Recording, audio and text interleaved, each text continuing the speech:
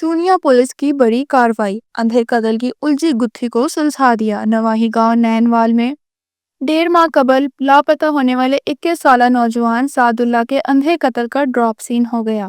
Police حکام کے مطابق مقتول سعد اللہ کو اس کے کزن منیب نے اپنی بہن کے ساتھ مبینہ طور پر ناجائز تعلقات کے شبے میں اپنے والد افتخار کے ساتھ مل کر قتل کر دیا۔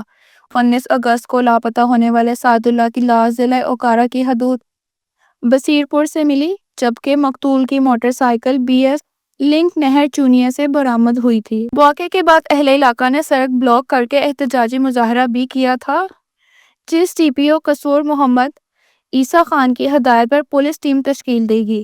پولیس ٹیم نے جدید ٹیکنالوجی اور ہیومن انٹیلیجنس کی مدد سے دونوں ملزمان کو کراچی سے گرفتار کرکے آلہ قتل بھی برآمد کر لیا۔